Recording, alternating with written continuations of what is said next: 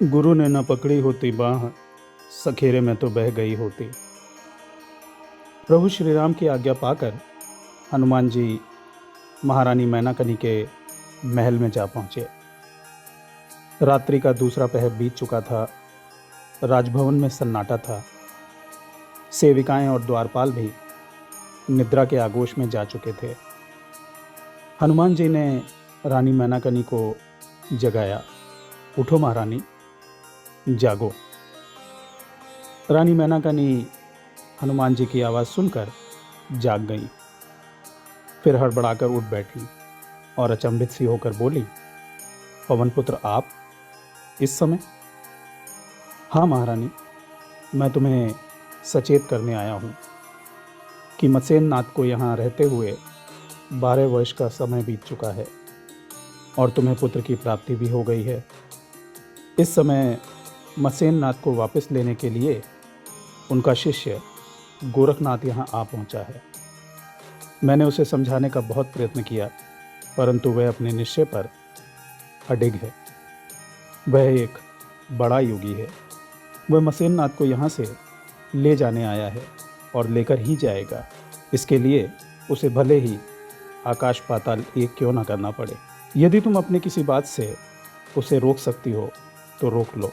मैं इस संदर्भ में तुम्हारी कोई मदद नहीं कर पाऊंगा।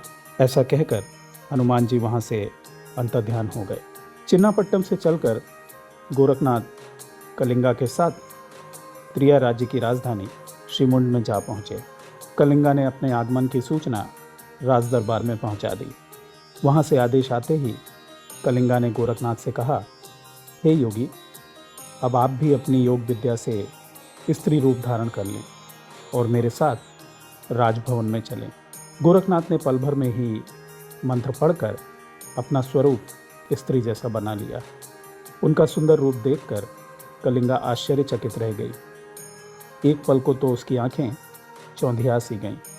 उसकी सखियां भी गोरखनाथ का स्त्री वेश देखकर दंग रह गईं। कलिंगा बोली, हे योगी, आपने तो सुंदरता को भी मात दे दी। आपके इस रूप के सामने तो त्रिया राज्य की कोई भी स्त्री नहीं ठहर सकती। तत्पश्चात कलिंगा ने अपनी सेविकाओं और साजिंदों के साथ राज दरबार में उपस्थिति दर्ज की। राज दरबार में मसेन नाथ रानी मैनाकनी के साथ रत्न जड़ित सिंहासन पर विराजमान थे। कलिंगा ने अपनी सेविकाओं और साजिंदों के साथ उनको प्रणाम किया। गोरखनाथ ने भी मन ही मन अपने गुरु मसेन नाथ को प्रणाम किया। तदुपरांत संगीत गोष्ठी का आरंभ हुआ। कलिंगा ने गाना शुरू किया। साजिंदों ने सितार, वीणा आदि बजाना शुरू किया। गोरखनाथ भी साजिंदों के साथ मिलकर मृदंग बजाने लगे। कलिंगा का मधुर स्वर वहाँ चारों ओर गूंजने लगा। संगीत गोष्ठी का जश्न अपनी चरम सीमा पर जा पहुँचा। रानी मैनाकनी मंत्रमुग्ध होकर संगीत का आनंद ले रही थी। राज दरबारी स्त्रियां वाह वाह कर झूम रही थी। गोरखनाथ के मृदंग की थाप ने कलिंगा के स्वर में 4 चांद लगा दिए। कलिंगा का नृत्य इंद्र की अप्सराओं के नृत्य को भी पीछे छोड़ चुका था। रानी मैनाकिनी और मसेन नाथ उस नृत्य को देखकर मंत्रमुग्ध हो गए। अचानक गोरखनाथ ने मृदंग की ताल बदल दी। अब उन्होंने इस प्रकार मृदंग बजाना आरंभ किया कि मृदंग से निकलने वाली ध्वनि के द्वारा चेत मछिंदर गोरख आया का शब्द स्पष्ट सुनाई देने लगा। ये शब्द मसेन नाथ के हृदय में प्रवेश कर गए और उन्हें यह आभास हो गया कि उनका शिष्य गोरखनाथ यहाँ आ पहुँचा है। उनके हृदय में बेचैनी उत्पन्न हो गई। वे कभी सिंहासन पर बैठते, कभी खड़े होते। उन्हें किसी भी प्रकार से चैन नहीं मिल रहा था।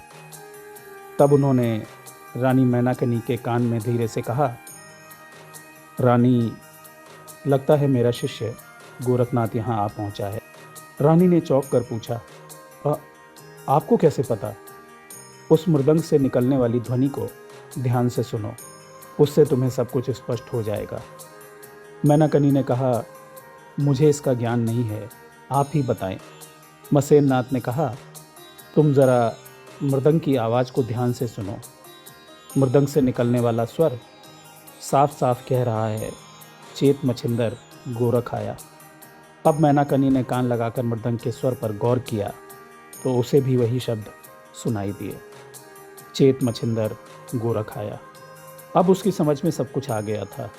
वह जान चुकी थी कि कलिंगा के साथ मृदंग बजाने वाली स्त्री कोई और नहीं वरन स्त्री रूप में गोरखनाथ ही हैं।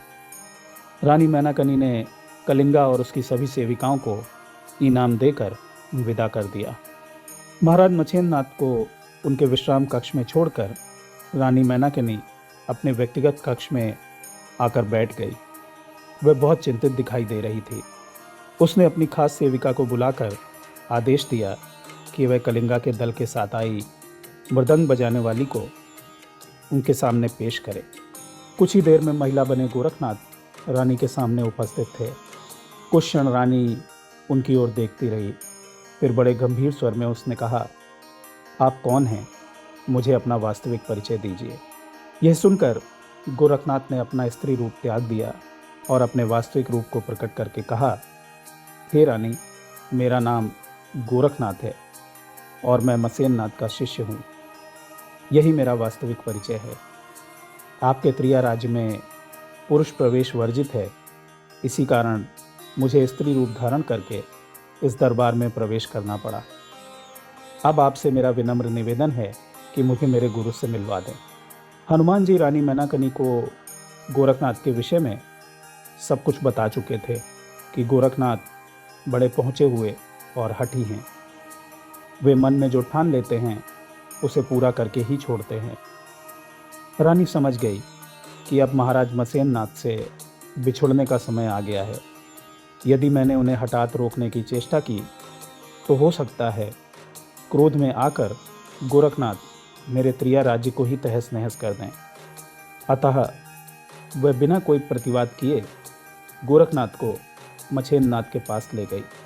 मछेंद्रनाथ ने गोरखनाथ को देखते ही हृदय से लगा लिया और आशीर्वाद देकर अपने समीप ही सिंहासन पर बैठा लिया। तत्पश्चात उन्होंने कुशल क्षेम पूछा। 12 वर्ष पश्चात गुरु शिष्य की आपस में भेंट हुई थी। उस बीच में नागपंथ में अनेक नए सिद्ध योगी प्रकट हो चुके थे।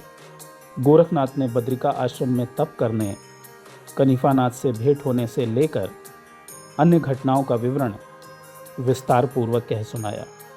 तत्पश्चात उन्होंने हाथ जोड़कर कहा, हे गुरुवर, आप तो सिद्ध योगी हैं।